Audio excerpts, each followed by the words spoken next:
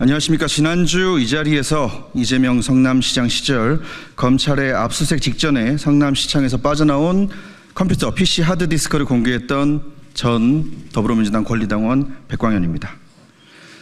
지난주 기자회견 이후 저는 공신력 있는 기관과 협업하여 하드의 포렌식 작업을 진행했고, 2번에 걸친 포렌식 작업 결과 70%의 자료를 복구하였습니다. 결과는 놀라웠습니다. 처음에 누구의 것인지도 모를 만큼 깨끗했던 깡통 하드는 70% 정도의 복구만으로 약 1000여 개에 가까운 파일들이 살아난 황금 하드로 변신했습니다. 이는 하드의 적출, 폐기를 실행하기 전 의도적으로 누군가 파일을 삭제했다는 증거일 것입니다. 하드에는 성남시장, 이재명 성남시장의 연설문을 비롯한 비서실 관련 업무 문서는 물론 대장동과 관련하여 용적률에 따른 분양가 변동 보고서 등 그 시절 중요 문서들로 가득했습니다. 또한 성남시청 사내 메신저 내역같이 주요 사건의 알리바이나 증거가 될 만한 기록들도 남아 있었습니다. 복구율이 고작 70%였는데 말입니다.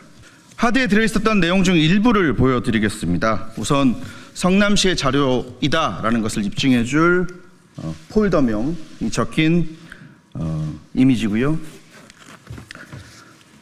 성남시 비서실 PC 하드에 있었던 파일들입니다. 여기 보시면 성남FC 관련된 파일도 있고요. 그리고 대장동 관련된 파일들도 물론 있고요.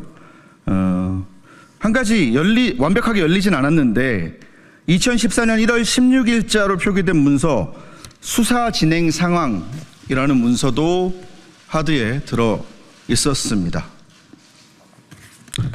그 밖에 앞서 말씀드렸던 대장동 관련된 문서들도 상당히 많은 비율을 차지했습니다.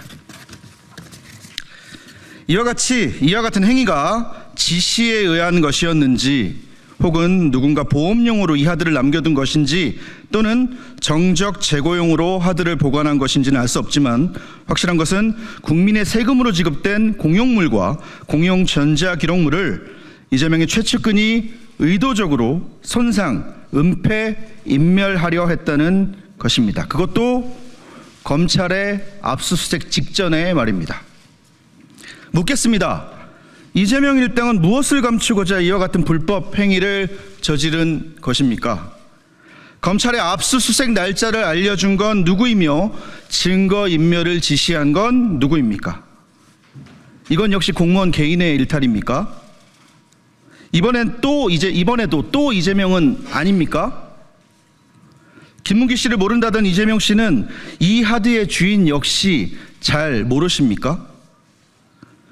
유동규가 측근이 아니라던 이재명 씨에게 이 하드를 파기한 비서는 역시나 하급 직원일 뿐입니까?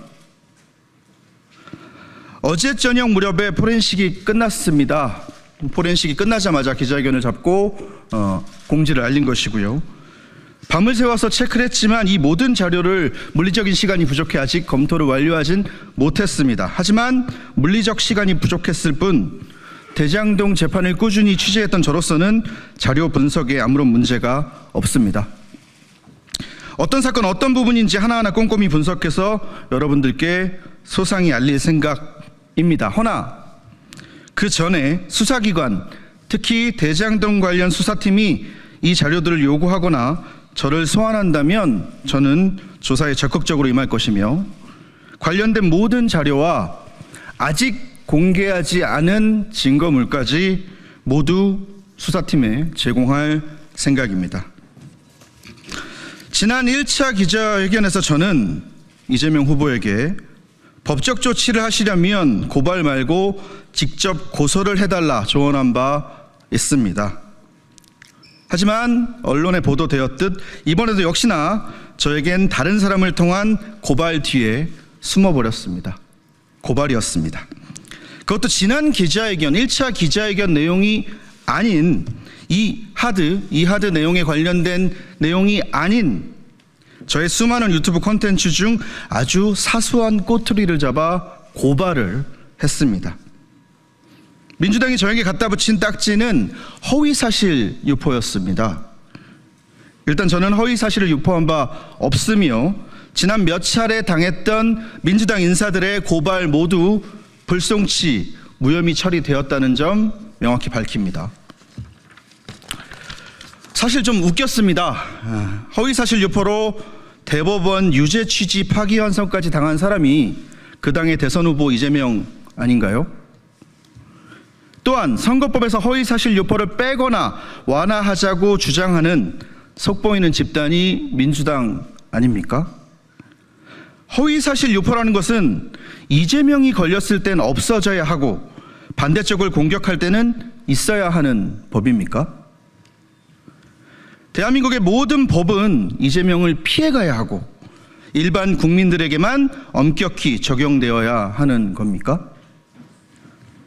10여 년간 당원 생활을 했던, 민주당 당원 생활을 했던 자격으로 묻습니다. 더불어민주당, 당신들 어디까지 망가질 셈입니까? 한편 저를 고발한다는 기자회견을 하며 국민의힘 김문수 후보도 정치자금법으로 고발하겠다라고 밝힌 박범계 씨 이하 민주당 의원들에게 묻습니다. 대통령에 당선되면 유죄가 나올 재판은 받지 않는다는 이 끔찍한 반민주 독재법은 혹시 당신들이 고발한 국민의힘 후보가 당선되어도 적용됩니까? 아니면 그때 가서 또 말과 얼굴을 바꾸실 건가요? 같은 국민에게 창피할 지경입니다. 제발 부끄러운 줄 아십시오. 오늘 2차 기자회견입니다. 1차 기자회견 그리고 2차 기자회견 공지가 나가자 저에게 많은 응원 댓글과 SNS DM이 쏟아졌습니다. 참으로 감사하면서도 슬펐던 부분은 대부분 저에게 메시지를 보내신 분들이 이 자료의 진실을 궁금해하시는 것에 앞서서 저의 안전을 걱정하고 계신다는 것이었습니다. 저는 이를 선량한 국민들에게 공포를 심어 상식을 마비시킨 민주당이라는 괴물이 만든 결과물이라 하겠습니다. 국민 여러분, 이대로의 대한민국은 괜찮습니까? 누군가 용기 내어 범죄를 고발하고 불법을 폭로하는데 고발한 이의 생명과 안전부터 걱정해야 하는 나라가 정말 정상입니까? 아무 힘없는 개인인 저는 오늘도 그저 여기 계신 언론인 여러분들의 용기와 끈기를 그리고 도덕적인 국민들의 상식적인 선택을 기대할 뿐입니다. 다시 말씀드리지만 오늘의 2차 기자회견이 끝은 아닐 겁니다. 수사기관은 하루빨리 저를 소환해 주시길 바라고요. 아직 공개하지 않은 증거물, 자료들 모두 수사기관에 제출하겠습니다.